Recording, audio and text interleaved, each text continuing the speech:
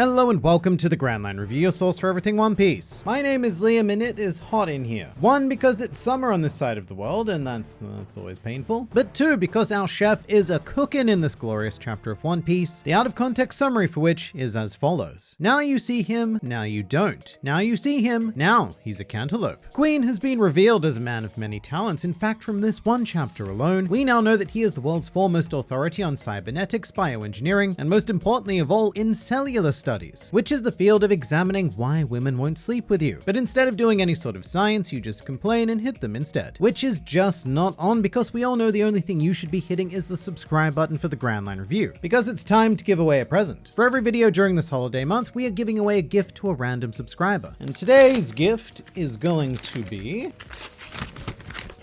a delightful set of One Piece commemorative coins with Thing, a certificate. And it comes with all of your favorites like Luffy and four others who aren't Luffy. But to win these precious metal circles, you just need to do two things. Firstly, subscribe or be subscribed to the channel. And secondly, leave a comment answering the following question. Which German 66 power would you choose to have and why is it invisibility, you pervert? And that is legit it. The winner will be announced in our community section, so go ahead, do the thing and win the stuff. All right, getting into things though, this chapter is deceptively straightforward. Apart from one page unit focusing on Momonosuke, this entire ordeal is Sanji versus Queen. In fact, that's even the chapter title, which is very important because as basic as it is, that does tell us a lot. Versus titles are a very common motif within the mighty One Piece, and when you see them in these climactic arc parts, it means that we are getting down to business and ending this fight imminently. For example, the most recent one we had was chapter 1020, Robin versus Black Maria, which was followed by Demonio, where we said see ya to Black Maria. So I would not be surprised at all if this was Queen's penultimate chapter, especially because it feels like we're kind of done with building up everything against Sanji. We have the connection to the Germa and we have a rather dickish maneuver involving a woman, which we will get into, but from here we seem to have a very solid path forward. We kick the dinosaur until it hits the dino floor and we're all good. And something we should address right here and now is that Sanji has most certainly evolved. Diable Jumper is no more, and we now have the much hotter and much harder Ifrit Jumbo. And that's a fascinating choice because Diable is obviously French for devil, but even though Ifrit is sometimes used in the context of said devil, it's more accurately a demon from Islamic mythology. And this name wasn't just chosen because Oda needed another funky sounding thing. This is actually very appropriate for Sanji's current state of being, because in Egyptian mythology specifically, the Ifrit are directly associated with the human soul, almost like a component of a person or something that exists symbiotically alongside them, like a quite literal in a demon. So the name of this new form is the culmination of Sanji embracing that darker side of himself, becoming the monster of science that he resigned himself to for the sake of Luffy and associates of Luffy such as Zoji, Namji, and you know the rest. And this name is quite important to me because I'm honestly still failing to see this monster actually appear within Sanji. Ever since he made that declaration to throw himself away, he's been pretty much perfectly fine. It really is just business as usual with Sanji, he's just stronger and stuff. With that said, I'm assuming that the true problems, or in fact any problems, are going to begin after Queen has been defeated. But also, maybe not. Because we're kind of backing out of this whole monster thing, and a big part of that is the core character of this here chapter, a young lady named Osame. And I'll be fairly blunt, I didn't like the twist that Queen was the one who hurt her. However, I do want to congratulate all of the Grand Fleet members who predicted exactly that. There were a lot of comments saying like,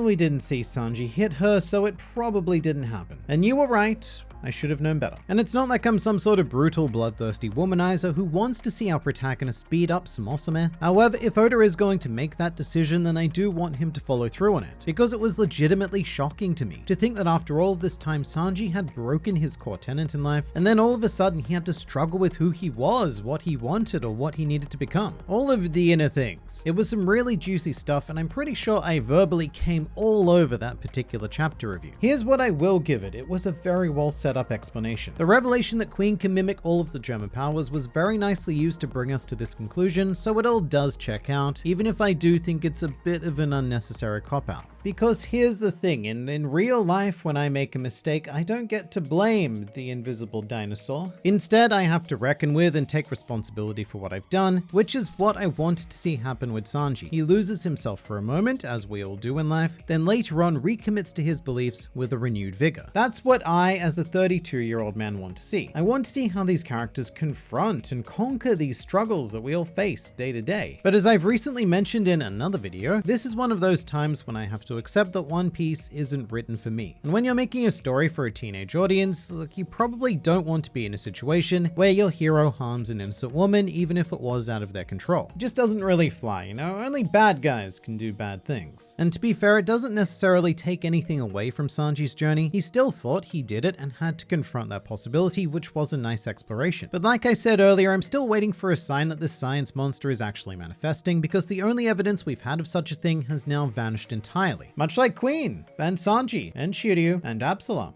Invisibility, eh? One of the things I found absolutely hilarious about this chapter was Queen revealing that he can use all of the Germa powers, including Stealth Black, because there are two people out there in the world who had to consume a life-changing devil fruit to achieve that exact same power of invisibility. Like POV, you're Shiryu and you've just eaten the Suke no Mi, giving up the ability to swim, as well as your one and only opportunity to eat a devil fruit at all. And then shortly after, you discover that it's entirely possible and almost common amongst the scientific community to achieve the power that you just gave up so much for. Feels bad, man. This really does have me looking towards the future though. Quite far into the future, because facing the Blackbeard pirates is a given, and I'm wondering what happens with Shiryu. As the vice captain and swordsman, he does seem like a very natural Zoro opponent, but at the same time, Sanji now has this intrinsic connection to miscellaneous invisible men. In fact, weirdly enough, Queen is the second opponent he's fought who can turn invisible, so do we make that a trifecta with Shiryu? Legit, there would be no one more experienced to take him on. Getting back to Queen though, something I loved about this chapter was that Germa revelation. Watching Queen use those powers one by one made me quite nostalgic for Whole Cake Island. I mean, I'm not the biggest fan of the Germa as characters, but it is super satisfying to watch the story continue to pay off in a big dinosaur-based way. And not just that, but in a meaningful way. I thought that Queen could not be more of a perfect opponent for Sanji, but he just proved me wrong. Because now what Sanji needs to do isn't just kick the crap out of a Chonkasaur. What he now needs to do is defeat his entire family legacy. Every major breakthrough Judge engineered is present within Queen, and this fight has now become the grand conflict that we never really had on Whole Cake Island, of Sanji versus the Germa. And not just that, but also Sanji versus himself, because he has to conquer his own power of Stealth Black, which makes Sanji's rejection of the raid suit about a gazillion times more meaningful, because he effectively chose not to fight on his family's terms. He is taking on the entire Germa arsenal with nothing but raw Sanji. And as much as I did complain about not seeing this monster of science that was supposed to appear, you could make the argument that it's actually been here the entire time. Queen is the monster of science, and overcoming him physically could be the key to Sanji overcoming his struggles mentally. Or I don't know, something wanky along those lines. Whatever the case, it works. This fight just works so much better than any other we've seen in the raid so far. There was a notable absence from Queen's arsenal though, because we still have yet to see any Poison Pink. And just to clear up any potential confusion, Vinsmoke Reiju is not a Devil Fruit user. I mean, she was for a while,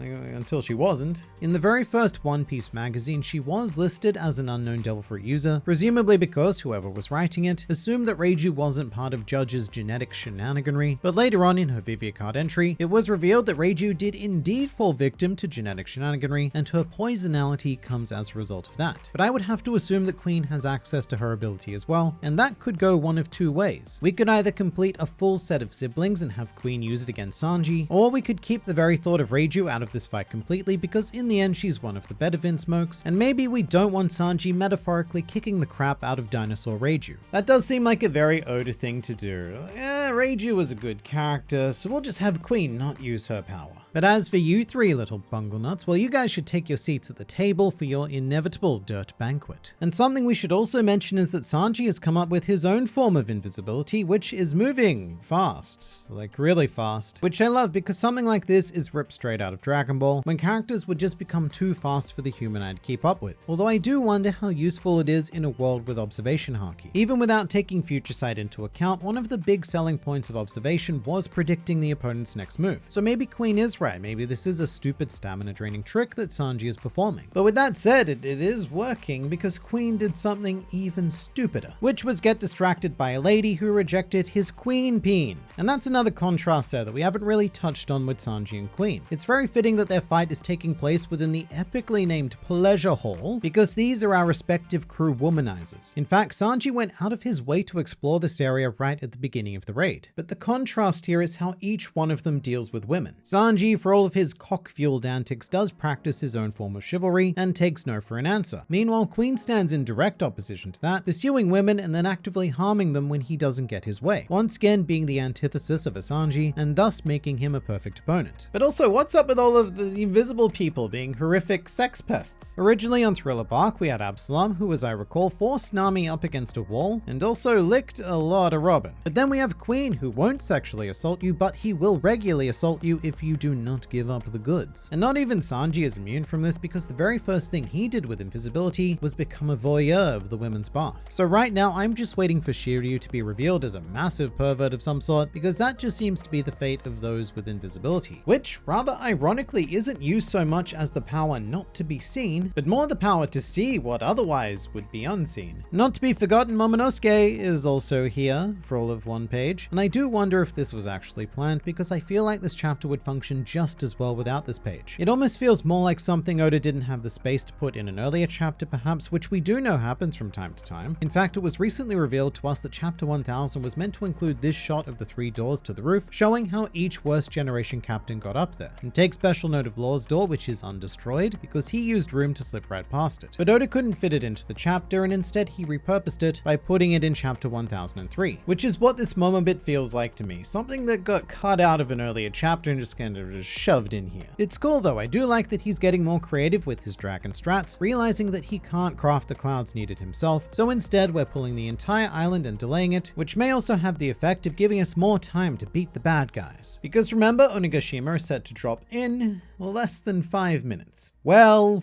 which is plenty of time to watch this next video, because there's always more to learn, explore, and experience with this wonderful series, so I look forward to seeing you there.